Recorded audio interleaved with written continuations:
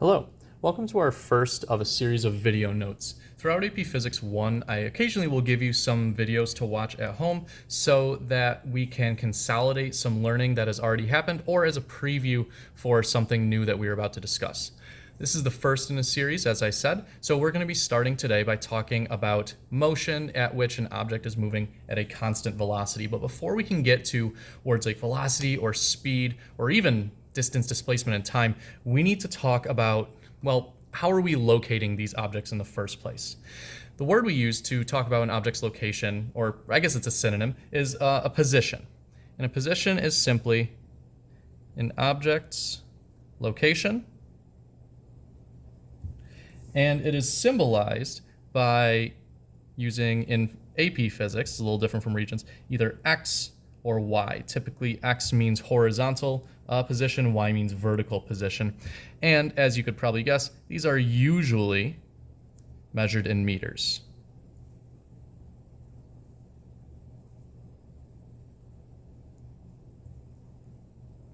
For which the symbol is a lowercase m. Let me move that down a little bit. Might be a little easier to read. Okay, cool. Anytime you talk about an object's position, this is always in reference to some origin. Origin simply meaning one spot that is designated as 0 meters. The neat thing about origins is there are an infinite number of them. No one origin is better than the next. So there's an infinite number of potential origins, or you might also hear me call them reference frames or frames of reference.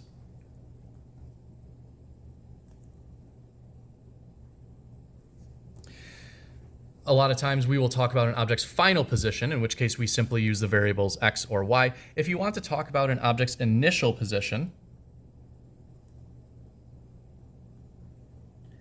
that is usually written as x with this little circle or 0 next to it, or y with the same. And this is pronounced x naught or y naught. This is a little different from Regents, in which we use subscripts like f and I to denote final and initial. In AP, we typically don't put a subscript if we're dealing with a final position or a final anything. And if we're dealing with an initial value of a quantity, we put the little naught sign. Just a little bit of notation switch.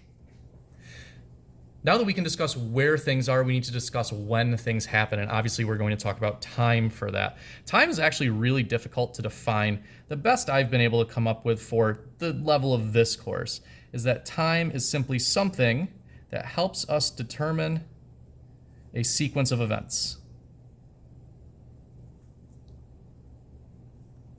It helps us to keep track of the order in which things happen in. And time is measured in seconds, obviously.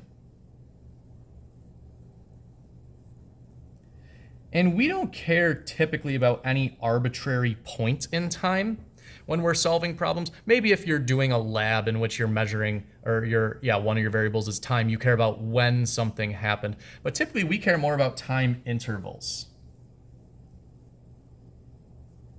How long did something take to happen? Now, the symbol for time interval technically should be a delta t. And if you remember from last year, delta simply means change in. So when you write delta t, we're talking about a change in time. Hold on one second. Let me move this over a little bit for you. There we go. So when we talk about time, we're usually talking about a change in time. Delta means change. So we have the change in time over how much time did this take to happen. But in almost every application, like even though it really should be a delta t, we just leave that delta off. So I'm just going to put that this is usually, it's just written as t. There we go. And now that we've talked about position and time, we can finally get into talking about some of the variables that you remember from last year. Not that position isn't something we talked about last year, but we didn't really talk about an object's one position. We talked about how far it traveled or how far it was from its starting point. These are the terms that you remember, distance and displacement. And I'll just make a note at the top that these are both measured in meters.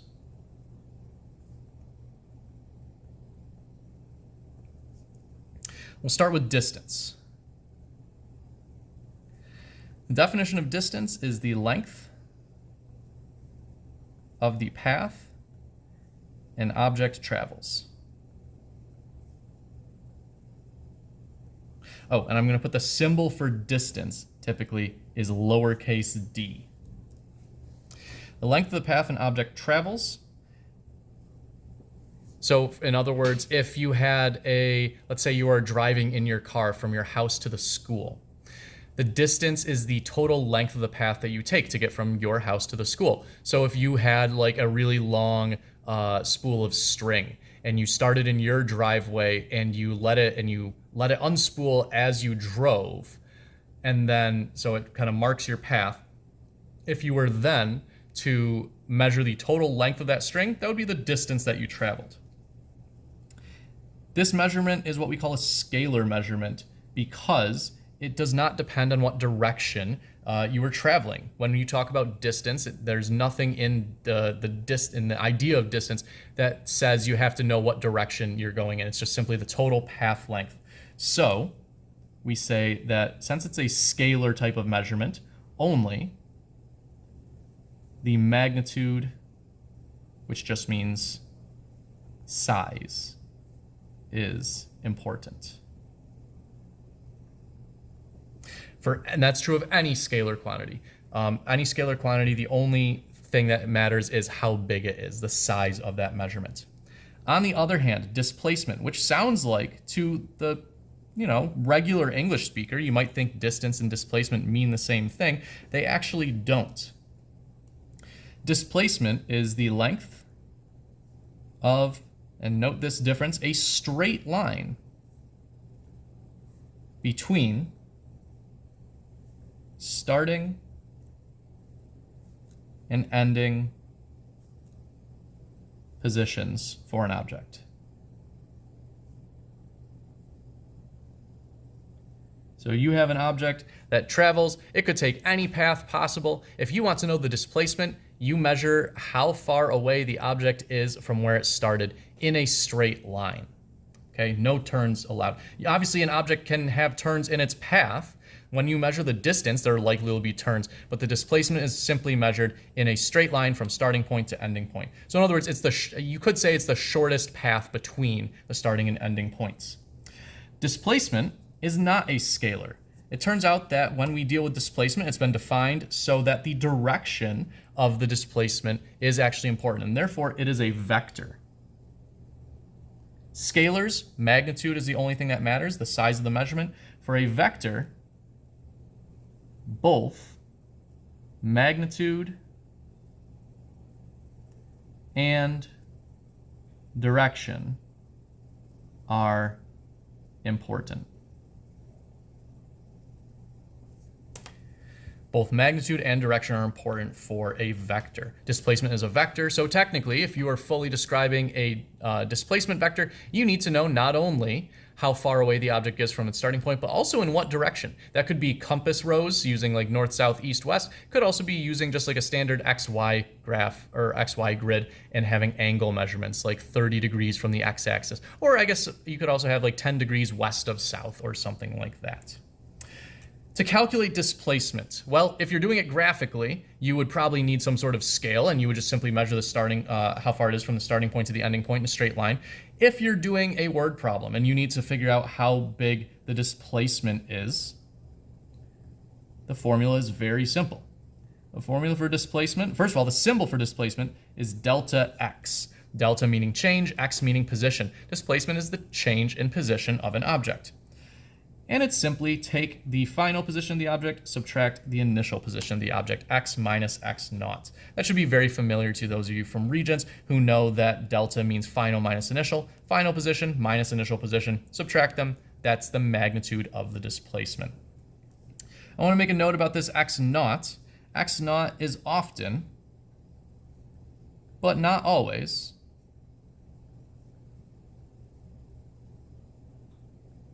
equal to 0. You can set your initial position to be anything that you want. In most cases, it's simplest to just let it be 0. Let me give you an example to illustrate the differences between distance and displacement and some things that can arise. Imagine that you run 1 lap on the track. Now, my track athletes can tell you that 1 lap on the track is equal to 400 meters. If you run once around, that's 400 meters.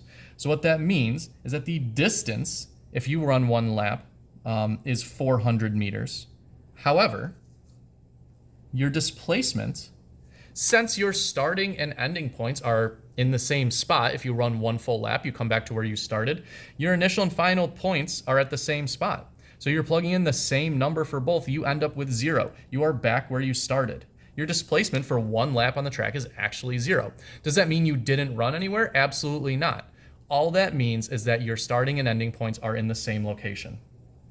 So, as a little note there, if there is no change in position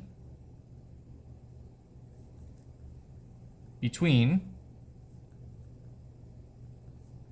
your start to your finish,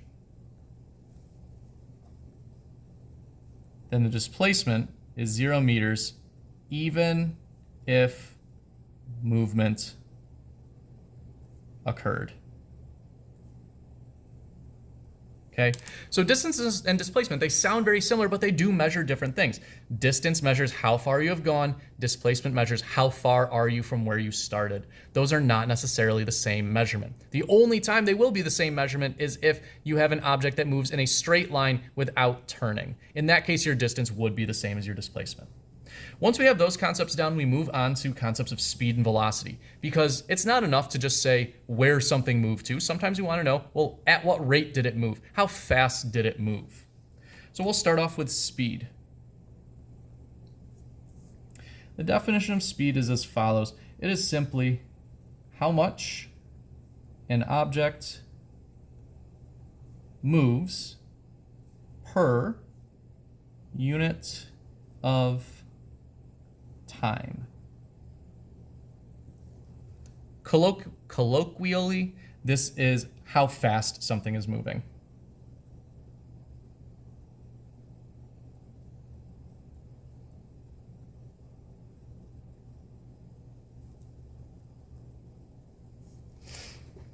The definition of velocity sounds similar, but just like the difference between distance and displacement, it is actually substantially different. Velocity is the rate of change in an object's position over time. Notice that this doesn't say how much it moves, it just says at what rate is the position changing. Now, just like distance can be, or distance and displacement, or displacement specifically, can be a little misleading if you end up going back towards where you started. That same thing can be true of velocity. And I'll show you why with some examples of how to calculate these things. For example, for average speed, and I'll explain what the word average means in a second, especially when we get down to average and instantaneous speed. The formula for average speed is as follows. By the way, the symbol for both speed and velocity in equations, the symbol is V with a little hat over it. That stands for average, and I'll explain the difference between average and instantaneous down here. V with a little hat over it, and the units in both cases are meters per second, m/s. From that, you could probably take a guess as to what the formula for average speed is. The formula for average speed is V with a little hat over it equals d/t. Now remember, that d stands for distance, so I'm just going to acknowledge that right here. This is distance over time. Just like distance is a scalar, since average speed uses distance in its definition, this is also a scalar quantity. So we don't need a direction associated with that. We just need to know how big the speed is. In other words, we just care, if we're talking about average speed, we're just getting a measure of how fast something is. On the other hand, average velocity is not distance over time, although it does have the same symbol, v hat. Average velocity is instead displacement over time, delta x over t, and we know delta x can be also written as x minus x naught over t. And this obviously is a vector since displacement is a vector. So if you're describing the average velocity of something, not only do you need to explain how fast it's going, you also need to explain in what direction. So speed is kind of, you could almost think of average speed as kind of being like the magnitude of the average velocity. It just tells you how fast something's going. If you then put a direction on it, you are no longer describing just a speed, you are describing an average velocity. Again, I'll come back to my example of 1 lap around the track. If someone does 1 lap around the track, let's say in 80 seconds, that'd be a great time for me since I'm slow these days. 1 lap around the track in 80 seconds. If you want to know the average speed, that's going to be equal to d over t, where d is distance, t is time. We plug in the distance of 400 meters, time of 80 seconds, and we end up with an average speed of 5 meters per second. That is how fast the runner is moving. That's how many meters per second he covers. On the other hand, if you want the average velocity of the runner over the course of that run, that's going to be a little different. Because in that case, we're going to have v hat equals delta x over t, displacement over time. The displacement in this case we know is 0 from up here because the object, the runner, ends up in the same spot that they started in. So the displacement is 0 meters. The time is still 80 seconds. The average velocity of the runner over the course of that run is actually 0 meters per second. Which makes sense when you think about the definition of displacement. Displacement means how far is the object at its ending point from where it started. If you run 1 lap in the track, you're going to be back where you started after that 1 lap. You haven't moved. I mean, you have moved, but your final position is at your initial position. So your displacement is 0. And if your displacement is 0, therefore, your average velocity is going to be 0 as well. It's not saying you didn't move. It's not saying you were infinitely slow. All this means is that you didn't, if you kind of think about how a track works, when you start, you are moving away from where you started, but at some point you end up coming back to it. Okay, so your velocity vectors kind of all add together, and they like you're in. I won't get into instantaneous yet, but you end up getting back to where you started, and everything cancels out. Your average velocity is 0, and that's perfectly fine. I do want to explain the difference between average and instantaneous speeds at this point. So average speed or velocity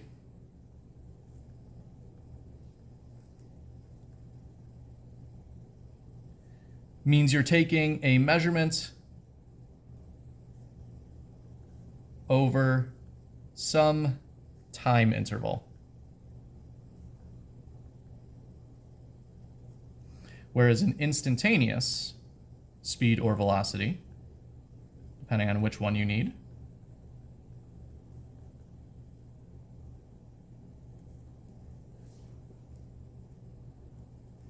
is a measurement at 1 instant in time, such as a reading on, let's say, a speedometer, a car speedometer, tells you how fast you're moving right now.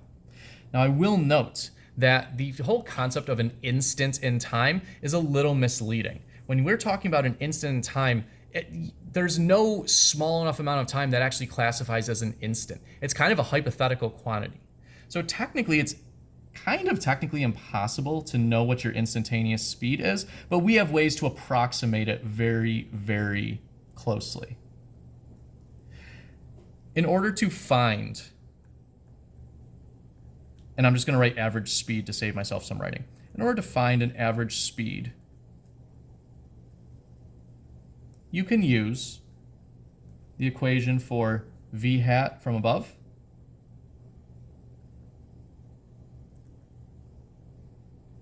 or, and we'll get to this in a little bit, and you should know this at this point, you can find the slope over some time interval on a, really it should be a position, not x, a position versus time graph. So So that's another way to find an average speed, find the average, find the slope over some time interval on a position versus time graph. On the other hand, to find an instantaneous speed,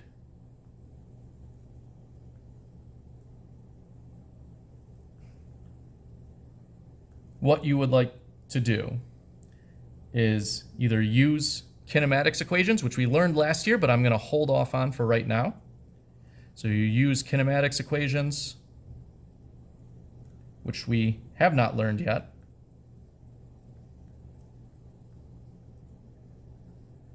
Or you use what you might remember as the midpoint method. And what the midpoint method is, and we will practice this, is you are essentially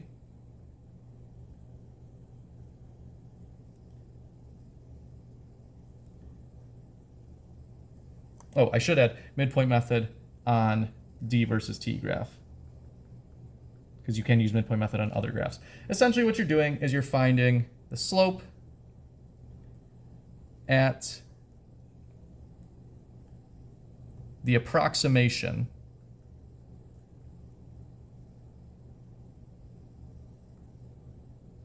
of a single point.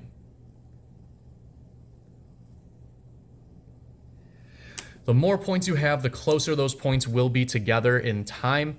And if you have points that are close together in time, you can imagine getting smaller and smaller and smaller time intervals until you are approximating what one instant in time would be. That's why I say it's technically impossible, but we have a good way of approximating it. You're essentially finding the slope at the approximation of a single point in time. And interestingly enough, this is the main idea behind calculus. When you do this, you are essentially doing calculus. That's the basic theory behind it. What you're learning in calc class is how to find the slope at a single point without using the midpoint method, with using some tricks that have been learned over the years. That's the first of our video notes. I'll pick back up on the next one on some real quick proportionalities that you should know and be familiar with, as well as how different graphs of position and velocity versus time, what we can learn from those graphs. Looking forward to a great year. See you later.